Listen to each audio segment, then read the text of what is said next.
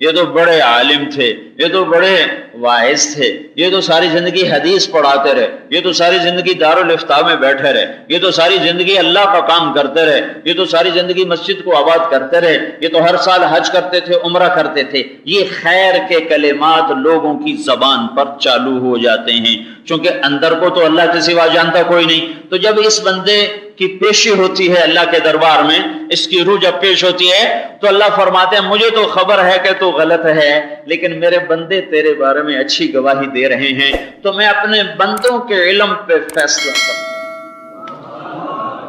اپنے علم پہ نہیں کرتا، اپنے بندوں کے علم پہ فیصلہ کرتا ہوں۔ تو یہ میں نے اللہ سے بڑی بات کی، میں نے کہا یا اللہ تجھے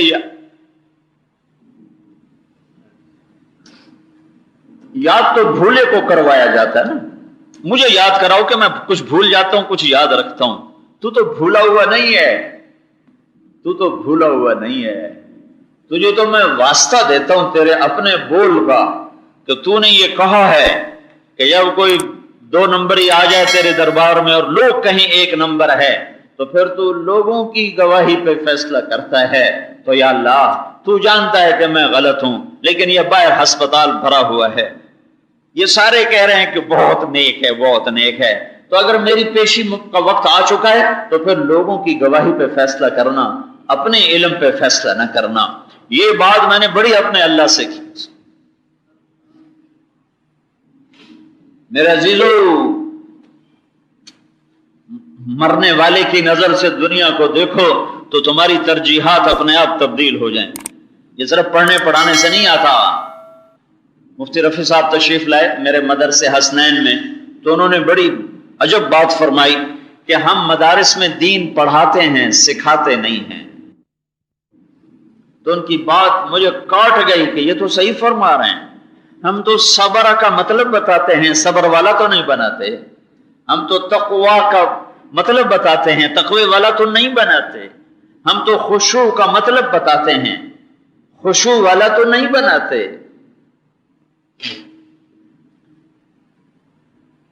ہم تو جواد اور کریم کا مطلب بتاتے ہیں، انہیں جود و سخا نہیں سکھاتے۔ دین پڑھایا جاتا ہے، سکھایا نہیں جاتا، سیکھنا الگ محنت ہے۔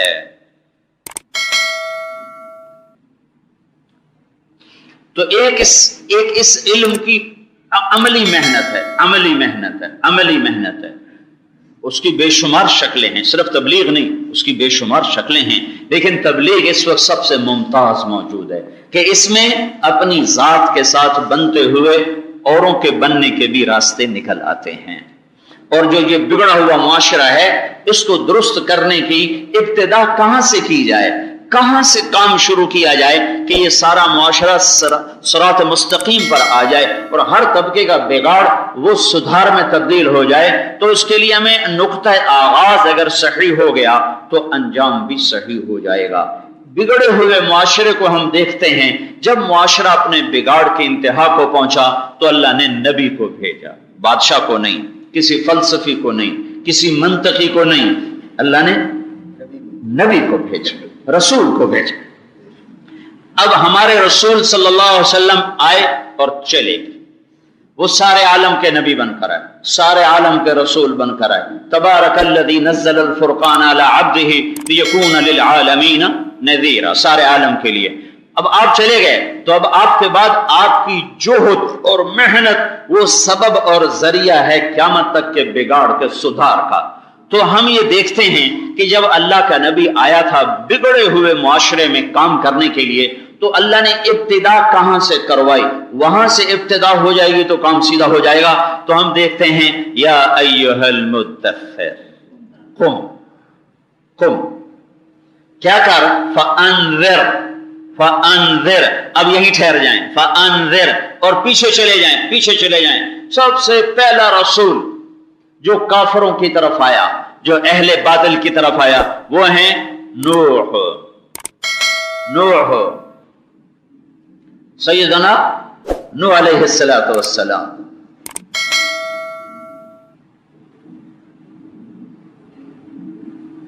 اللہ تعالیٰ ان سے فرماتا ہے انا ارسلنا نوحا الی قومہ ان انذر،